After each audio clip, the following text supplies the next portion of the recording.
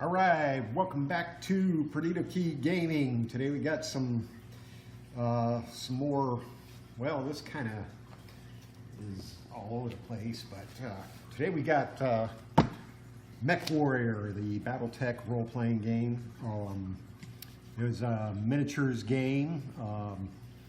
Had a lot of supplements and stuff like that, but you know, basically, well, battle mech, the rules of warfare.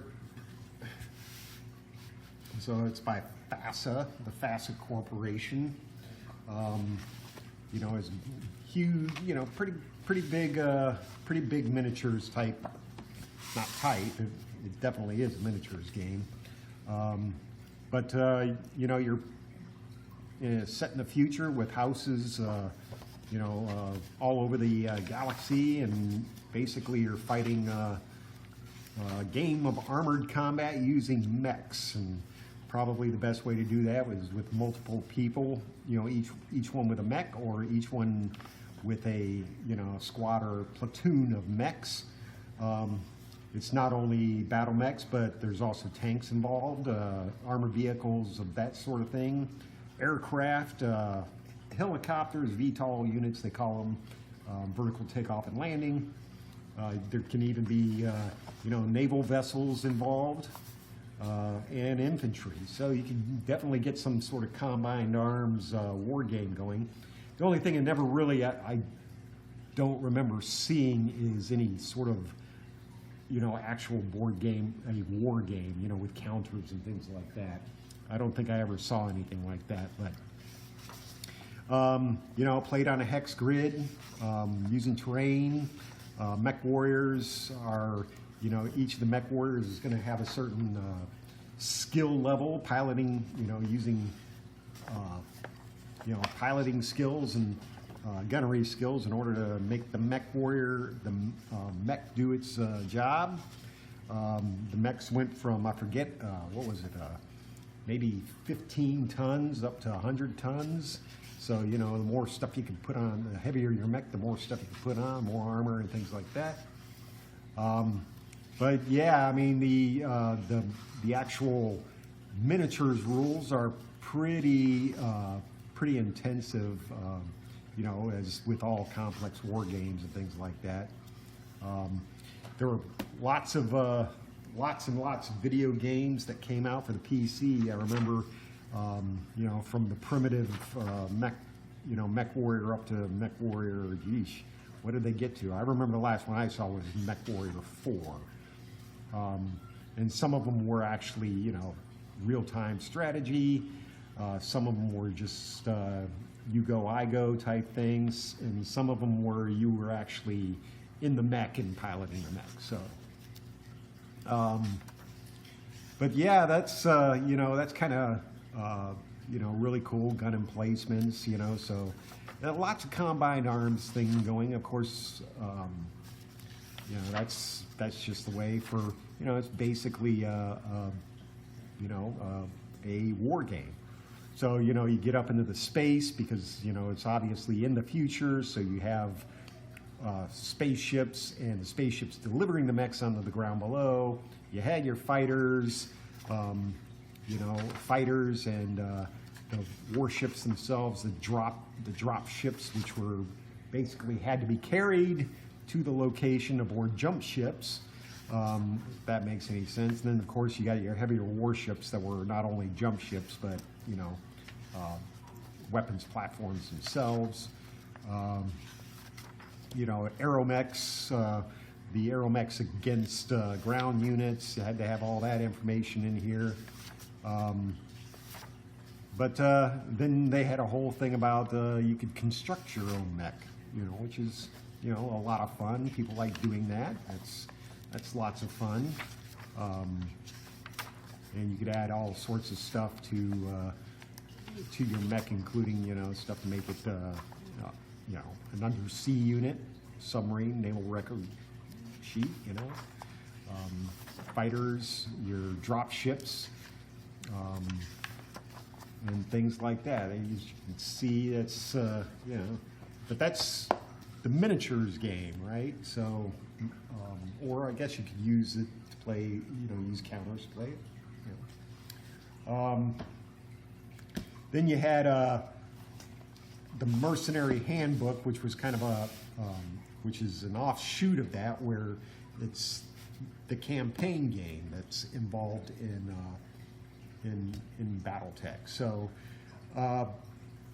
basically, almost everything is not a standing army. That the house is involved.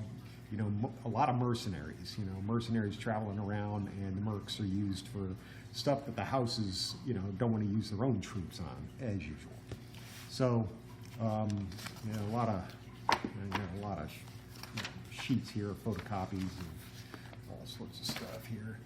But yeah, the Mercenaries Handbook. There's rules on there's histories and descriptions of the types of units and things like that, and how to get a contract, and how to get paid for that contract, logistics, a lot of background stuff on it. So that's really cool. So it leads to creating your mercenary unit, and you're basically going to go ahead and spend your unit points on mechs, infantry, ground vehicles, naval ships, drop ships, jump ships, and that's you build out your unit to then use in combat using the actual Mechwarrior system. So that's always cool. So lots of rules and contracts and information on that, and an abstract system for conducting a campaign, an actual battle where, so, that's kind of cool. You don't have to fight every battle with your miniatures. You can just abstract them. Let's just abstract this one, so lots of information on random events and things like that could happen. But it's pretty cool.